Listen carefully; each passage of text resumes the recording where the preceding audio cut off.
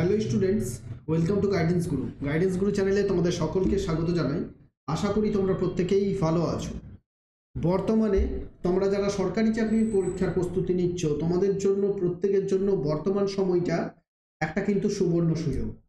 এই যে 2024 সাল, 2025 সাল, 2024 সাল, পুরো সালটা কিন্তু তোমাদের পরীক্ষার জন্য একটা সুবর্ণ সুযোগ হতে চলেছে। তোমরা যদি এই সুযোগটা তোমাদের কিন্তু কাজে লাগাতে হবে। আর তোমরা চাও প্রত্যেকেই, যারা মন থেকে সরকারি চাকরির প্রিপারেশন নিচ্ছ, তারা কিন্তু অবশ্যই এই সুযোগটাকে কাজে লাগাতে চাইছো, কারণ এই সময় তোমাদের অনেকগুলো পরীক্ষা হতে চলেছে। 2024 সালে অনেকগুলো পরীক্ষা তোমাদের হতে চলেছে। আমি সেন্ট্রালের গুলো বাদ দিচ্ছি, শুধু ওয়েস্ট বেঙ্গল যদি আমরা ধরে নিচ্ছি, তাহলে ওয়েস্ট বেঙ্গলের দেখো ফুড এসআইয়ের পরীক্ষা, মিসলেনিয়াসের পরীক্ষা, ওয়েস্ট বেঙ্গল পিএসসি ক্লার্কশিপের পরীক্ষা। যদি পুলিশ, আমি ডিফেন্স লাইনে ধরি, তো ওয়েস্ট বেঙ্গল পুলিশের কনস্টেবল নোটিফিকেশন আসবে, এসআই, কলকাতা পুলিশ, প্রচুর ভ্যাকেন্সি কিন্তু তোমাদের রয়েছে প্রত্যেকটা দপ্তরে দপ্তরে নিয়োগের জন্য।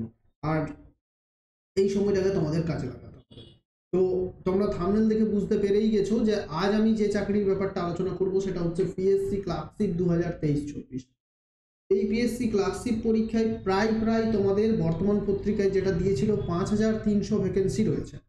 তো সেই ভ্যাকেন্সিটা আমরা আশা করছি 5000 থেকে 6000-এর মধ্যে তোমাদের একটা ভ্যাকেন্সি থাকার সম্ভাবনা আছে। তো সমস্ত কিছু ডিটেলসে আলোচনা করব। আজকের আলোচনার বিষয় হবে যে পরীক্ষাটা তোমরা কিভাবে ক্র্যাক করতে পারবে, ঠিক আছে?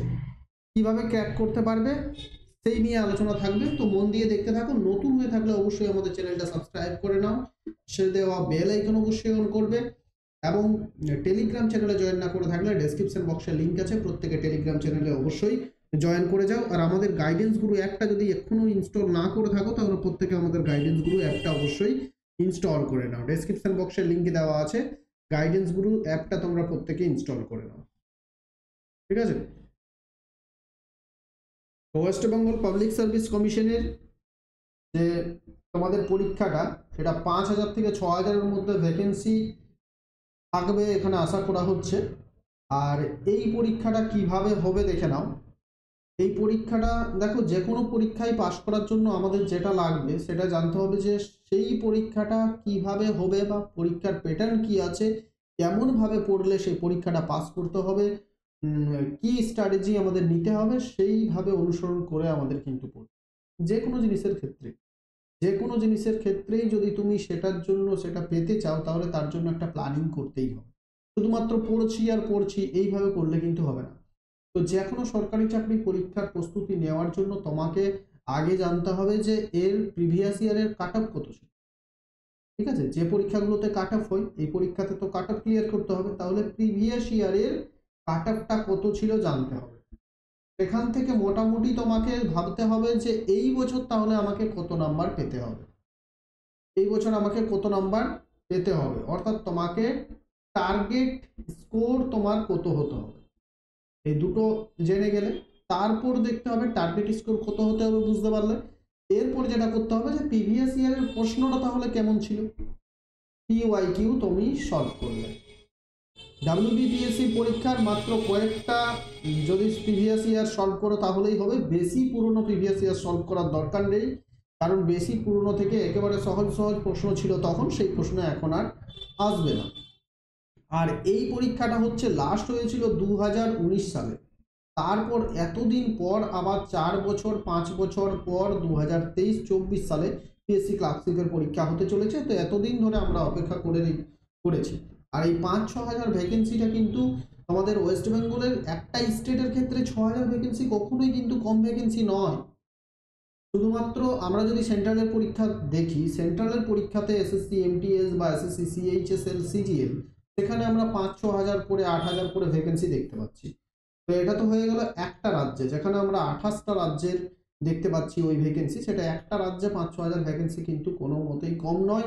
যারা পড়াশোনা করছে তাদের জন্য এই ভ্যাকেন্সিটা ঠিক আছে, আর যারা পড়াশোনা করে না তাদের জন্য 1 লক্ষ ভ্যাকেন্সি যদি দিয়ে দেওয়া হয়, সেখানেও কিন্তু চাকরি ক্র্যাক করা সম্ভব। তো কি আমাদের দেখতে হবে, টার্গেট স্কোর দেখলে, তারপর দেখে নিলে পিওয়াইকিউ কি কি আছে, এরপর আমাদের যেটা দেখতে হবে সেটা সিলেবাস। সিলেবাসটা ভালো করে আমাদের পড়তে হবে, এমনকি প্রিন্ট করে বা খাতায় ভালো করে নোট করে যেখানে পড়াশোনা করবে তার দেওয়ালে চিটিয়ে রাখবে বা সামনে সবসময় তোমাকে সিলেবাসটা থাকতে হবে, ঠিক আছে? সিলেবাস না হলে কিন্তু কোনো সময় পড়াশোনা হয় না। তারপর সিলেবাস কমপ্লিট করার পর তোমাকে মক টেস্ট দিতে হবে, প্রশ্নোত্তর প্র্যাকটিস করতে হবে, এবং যে তোমার টার্গেট স্কোরটা যেটা ছিল সেই টার্গেট স্কোরটা তোমাকে কিন্তু যতক্ষণ না সেই টার্গেট স্কোর পেরোতে পারছো ততক্ষণ তোমাকে মক টেস্ট চালিয়ে যেতে হবে। তো চলো কাট অফটা দেখে নাও, লাস্ট যে কাট অফ ছিল সেটা কত কাট অফ ছিল।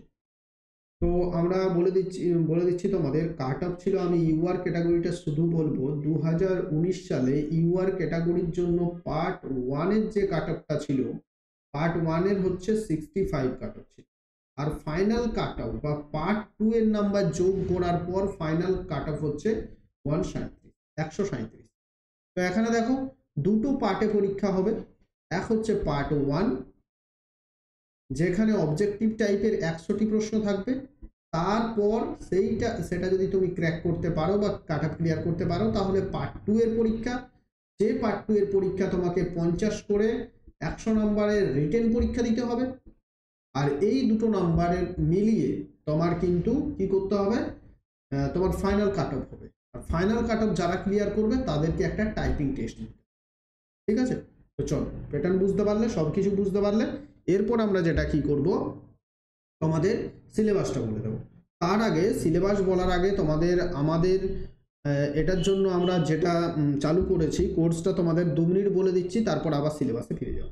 দেখো এটা ক্র্যাক করার জন্য আমরা পিএসসি ক্লার্কশিপের কোর্স লঞ্চ করেছি, যে কোর্সে তোমরা 200+ ভিডিও ক্লাসের মাধ্যমে জিকের সমস্ত সাবজেক্ট, ম্যাথের প্রত্যেকটা চ্যাপ্টার, ইংলিশের চ্যাপ্টার ওয়াইজ ক্লাস পাবে, সঙ্গে পাবে জিকের মক টেস্ট, ম্যাথের মক টেস্ট, ইংলিশের মক টেস্ট, সঙ্গে কি পাবে, জিকের পিডিএফ ম্যাটেরিয়াল, ম্যাথের প্র্যাকটিসের জন্য পিডিএফ ম্যাটেরিয়াল, ইংলিশের যেসব লাগবে সিনোনিম অ্যান্টোনিম সব কিছুর পিডিএফ ম্যাটেরিয়াল। তার সঙ্গে পার্ট 2 এর জন্য থাকবে ইংলিশের সাজেস্টিভ নোটস আর বেঙ্গলির সাজেস্টিভ নোটস, ঠিক আছে? এগুলো কিন্তু ক্লাস করানো হবে না, পার্ট 2টা সাজেস্টিভ নোটস দিয়ে দেওয়া হবে। তো এই ব্যাচটা তোমাদের অফার চলছে, আমাদের 25শে ডিসেম্বর থেকেই অফারটা চালু হয়ে যাচ্ছে, আজ রাত 12টা থেকেই 25শে ডিসেম্বর থেকে 4th জানুয়ারি পর্যন্ত এই অফারটা থাকবে, ঠিক আছে? মাত্র তোমরা এই কোর্সটা পেয়ে যাবে মাত্র 599, বা তার কমেও কিন্তু এই কোর্সটা পেয়ে যাবে, প্রায় 70%-এর মতো অফ থাকছে প্রত্যেকটা কোর্সে। কোনো রকমের কুপন কোড তোমাদের লাগাতে হবে না, কোনো রকমের কুপন কোড লাগবে না, ডাইরেক্ট কোর্স পারচেজ করো, সেখান থেকে এত কম দামে কোর্সটা পেয়ে যাবে। কোর্স নেওয়ার জন্য আমাদের গাইডেন্স গুরু অ্যাপটা তোমরা ইনস্টল করে নাও, ডেসক্রিপশন বক্সে লিঙ্ক আছে সেখান থেকে। অ্যাপ ইনস্টল করার পর নিজের নাম ফোন নাম্বার দিয়ে সাইন আপ করে নেবে। সাইন আপ করার পর তোমরা দেখবে পিএসসি ক্লার্কশিপ 2023-এর ফাউন্ডেশন ব্যাচ আছে, সেই ব্যাচে এন্টার করবে, এন্টার করার পর বাই নাও অপশনে ক্লিক করে তোমরা কোর্সটা পারচেজ করে নেবে, ঠিক আছে? আরও বিশদে জানতে তোমরা এই নাম্বারে হোয়াটসঅ্যাপ করতে পারো। চলো এরপর আমরা চলে যাব সিলেবাসে, সিলেবাসে ফিরে যাব আমরা। সিলেবাস কি দেখছিলাম, 3টে সাবজেক্ট তোমাদের বলে দিলাম আমি।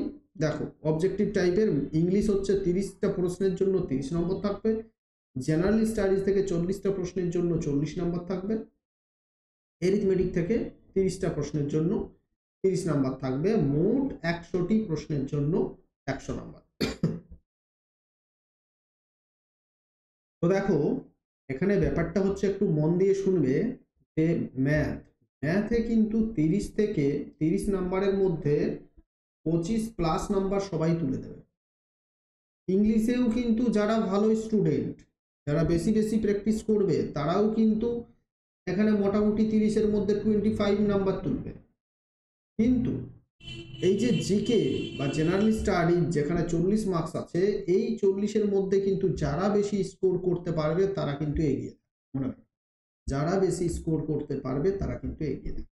তো লাস্ট ইয়ার আমি শুধুমাত্র এখন পার্ট 1টাই দেখছি, পার্ট 2টা বাদ দিচ্ছি। পার্ট 1-এর কাট অফটা তো প্রথমে ক্লিয়ার করতে হবে, তাহলে 65 2019 সালের কাট অফ 65 কিন্তু এখন আর 65 নাও হতে পারে, 65 এখন আর থাকবে না। এটা তোমাকে 80 টার্গেট রেখে পড়াশোনা করতে হবে। কত টার্গেট রাখতে হবে? 80। 80 টার্গেট রেখে পড়াশোনা করতে হবে। আর মাথায় একটা, যখনই প্রিপারেশনটা শুরু করলে মাথায় একটা চিন্তা ভাবনা নিয়ে প্রিপারেশন করবে যে তুমি পরীক্ষাটা তোমার ক্র্যাক হয়ে গেছে। তুমি পড়ছো কেন? ক্র্যাক করতে পেরে গেছো, তাহলে পড়ছো কেন? তুমি র্যাঙ্ক করার জন্য পড়ছো। কি জন্য পড়ছো? তোমাকে এই পরীক্ষায় র্যাঙ্ক করতে হবে, ঠিক আছে? প্রথম মানে সবার থেকে বেশি নাম্বার তুলতে হবে। এই যে 100 নম্বরের পরীক্ষা, 100 নম্বরের পরীক্ষায় তোমাকে 95, আমরা মাধ্যমিক, আমরা এইচএস পরীক্ষার সময় যেমন ক্লাসে ফার্স্ট বই হওয়ার চেষ্টা করতাম বা প্রথম হওয়ার চেষ্টা করতাম, সেরকম ভাবে এখনো কিন্তু সেই মেন্টালিটি নিয়ে পড়ি। দেখবে সবাই কি হয়, মাধ্যমিক এইচএস পরীক্ষার সময় ক্লাসে প্রথম হওয়ার জন্য আমরা কেমন কম্পিটিশন করে পড়তাম, ফার্স্ট সেকেন্ড থার্ড যখন আমাদের পাস ফেল ছিল, তখন একটা সেরকম একটা ব্যাপার ছিল যে আমাকে প্রথম হতে হবে, সেরকম ভাবে আমরা পড়তাম। কিন্তু তারপর আস্তে আস্তে যখন কলেজে উঠলাম, তারপর আস্তে আস্তে জিনিসগুলো হারিয়ে গেল। আমাদের ধীরে ধীরে টার্গেট কি হলো, না আমাকে কলেজে ফার্স্ট ক্লাস পেতে হবে বা 60% নাম্বার তুলতে হবে, এটা তখন আমাদের টার্গেট হয়ে গেল। তারপর চাকরির পরীক্ষার সময় আমাদের টার্গেট কি হলো, যে আমাকে পাসই করতে হবে। তাহলে আমরা কোথায় ছিলাম আর কোথা থেকে কোথায় চলে গেলাম? মাধ্যমিক এইচএস এর সময় যেমন আমরা পড়েছিলাম তেমনি আবার পড়তে হবে এবং র্যাঙ্ক করার চেষ্টা করতে, তাহলে অটোমেটিক তোমার কাট অফটা ক্লিয়ার হবে। তো বুঝতে পারলে, অবজেক্টিভ টাইপ 100 নম্বরের প্রশ্ন, যেখানে 30 প্লাস 30 প্লাস 40, ঠিক আছে? নেক্সট দেখো, এরপর জেনারেল স্টাডিজ থেকে কি কি পড়তে হবে, ম্যাথ থেকে কি কি পড়তে হবে, ইংলিশ থেকে কি কি পড়তে হবে বলে দেবো। দেখো, ম্যাথ থেকে যে চ্যাপ্টারগুলো 12-13টা প্রায় চ্যাপ্টার, প্রত্যেকটা পরীক্ষায় প্রশ্ন থাকে সেখান থেকে। আর সেই জায়গায় সেই চ্যাপ্টারগুলো পড়তে হবে। রেশিও এন্ড প্রপোর্শন মানে হচ্ছে অনুপাত এবং সমানুপাত, পার্সেন্টেজ শতকরা, প্রফিট লস লাভ ক্ষতি। আমি তোমাদের জিকেটা কোর্সের মধ্যে জিকে প্লাস ম্যাথটা আমাদের অন্য শেয়ার করাতেন, কিন্তু ম্যাথটাও আমি তোমাদের করিয়ে দেবো। জিকে এবং ম্যাথ দুটোই আমি করাবো, ইংলিশের জন্য কিন্তু অন্য ম্যাডাম থাকবে। আর ম্যাথের ক্লাস লাইভ দেওয়া হবে, বাকি জিকে ম্যাথ এগুলো কিন্তু লাইভ ক্লাস থাকবে না, এগুলো লাইভের প্রয়োজন নেই। ম্যাথটা তোমাদের আমি লাইভ করিয়ে দেবো, ঠিক আছে? রেশিও অ্যান্ড প্রপোর্শন অনুপাত সমানুপাত, percentage, profit and loss, discount অর্থাৎ সিম্পল ইন্টারেস্ট বা সরল সুদ, সরলীকরণ সিম্পলিফিকেশন, ডেসিমেলের অঙ্ক, রেকারিং ডেসিমেলের অঙ্ক, ডিভিজিবিলিটি ফ্র্যাকশন, লসাগু গসাগুর অঙ্ক, বিভাজ্যতা, ভগ্নাংশের অঙ্ক, অংশীদারি কারবার, গড়ের অঙ্ক, সময় এবং কার্য, সময় এবং দূরত্ব, এইসব অঙ্কগুলো, নৌকা স্রোত প্রভৃতি অঙ্কগুলো করতে হবে এবং দু একটা পরিমিতিক চ্যাপ্টার আমরা করে নেব, তাহলেই কিন্তু আমাদের কমপ্লিট হয়ে যাবে। বোঝা গেছে? এরপর দেখো যেটা করতে হবে, ইংলিশে আমাদের কি কি পড়তে হবে, জিকেটা এরপর আমি বলছি। ইংলিশ থেকে হচ্ছে ভোকাবুলারি থেকে আমাদের যেটা করতে হবে, সিনোনিম অ্যান্টোনিম প্রচুর মুখস্থ করতে হবে, ইডিয়ম মুখস্থ করতে হবে, ফ্রেজাল ভাব, এগুলো দেখো মুখস্থ এবং প্র্যাকটিস ছাড়া এগুলোর কোনো নিয়ম নেই। টেন্স যেমন শিখছি আমরা, নিয়ম আছে, সিনোনিম অ্যান্টোনিমের ভাই কোনো নিয়ম নেই, বেশি বেশি প্র্যাকটিস, বেশি বেশি মুখস্থ। ইডিয়ম, ফ্রেজাল ভাব, ওয়ান ওয়ার্ড সাবস্টিটিউশন আর অ্যাপ্রোপ্রিয়েট প্রিপোজিশন, আর্টিকেল প্রিপোজিশন। এর সঙ্গে গ্রামার থেকে টেন্সটা শিখে রাখতে হবে। এগুলো প্রত্যেকটা চ্যাপ্টার ওয়াইজ ক্লাস আমি তোমাদের দেব, সেগুলো কোর্সের মধ্যে দেওয়া হবে। কিন্তু পার্টস অফ স্পিচ, ভয়েস চেঞ্জটা জানতে হবে, ন্যারেশন চেঞ্জটা জানতে হবে। এরপর প্র্যাকটিস করতে হবে বারবার কি কি, fill in the blanks, appropriate verb, article preposition, এগুলো কিন্তু অ্যাডজেক্টিভ, এইসব জিনিসগুলো বারবার প্র্যাকটিস করার মাধ্যমে আমাদের হবে। আর এরপর আসছে আর্টিকেল প্রিপোজিশনটাও আমাদের বেশি বেশি প্র্যাকটিস করার মাধ্যমে কিন্তু কারেকশন লেভেলটা বাড়াতে পারবো। এরার কারেকশনটাও সেই একইভাবে প্র্যাকটিস করার মাধ্যমে এটা কিন্তু ক্লিয়ার করব। বোঝা গেছে ইংলিশ? এরপর আসছে আমাদের জেনারেল স্টাডিজ। জেনারেল স্টাডিজ থেকে যেটা পড়তে হবে, দেখো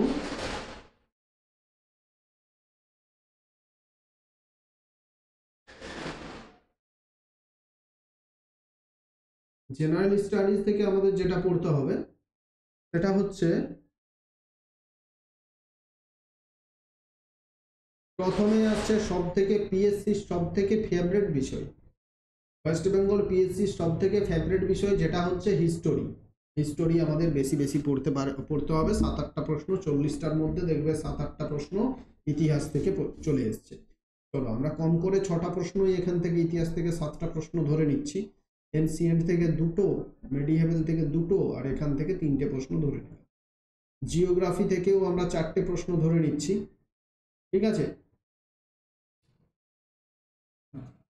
এখানে এনসিয়েন্ট অর্থাৎ প্রাচীন ভারতের ইতিহাস পড়তে হবে, যেমন হরপ্পা সভ্যতা, মহেঞ্জোদারো, বৈদিক সভ্যতা, প্রতিবাদী ধর্ম আন্দোলন, এইসব ব্যাপারগুলো। মেডিয়েভেল হিস্টোরি যেখানে আছে সুলতানি বংশ থেকে শুরু করে মোগল যুগ পর্যন্ত আমাদের পড়তে হবে। আর মডার্ন হিস্টোরি বা আধুনিক যুগ, আধুনিক যুগ পুরোটাই পড়তে হবে, যেমন 1857 সাল থেকে শুরু করে বর্তমান সময় পর্যন্ত আধুনিক যুগ, এবং মহাত্মা গান্ধী পিরিয়ডটা আলাদা করে পড়তে হবে।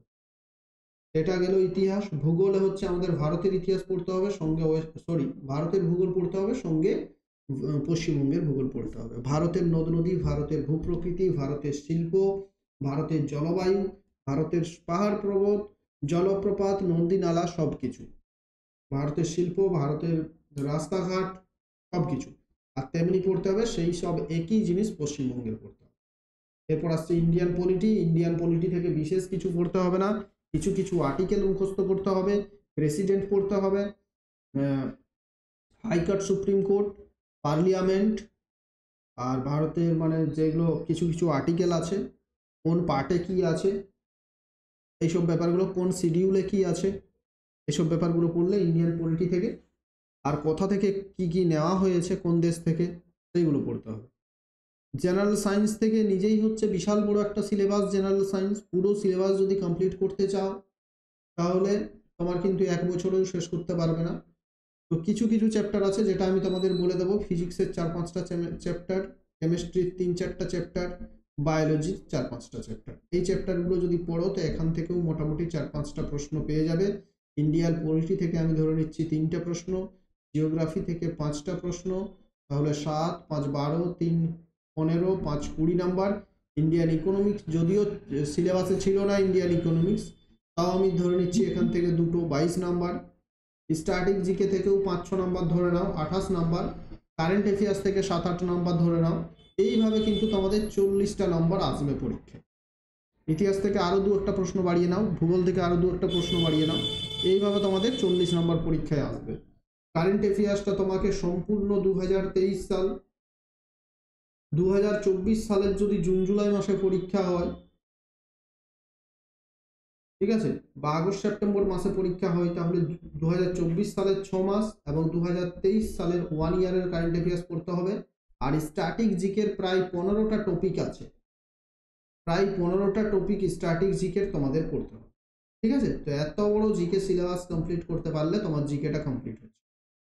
তাই আমি তোমাদের বলছি যে ম্যাথটা কিন্তু সবাই করতে পারবে, সবাই 28 নম্বর তুলে দেবে। ইংলিশটাও করতে পারবে, কিন্তু সব থেকে ভাইটাল ব্যাপার হচ্ছে জেনারেল স্টাডিজ, যেটা কিন্তু সবাই করতে পারবে না। এই জেনারেল স্টাডিজটা সবাই ভাবে যে জিকেটা সহজ, কিন্তু জিকেতেই নাম্বার তুলতে গিয়ে সবাই কিন্তু নাম্বার কমে যায় জিকেতে, বুঝতে পারলে।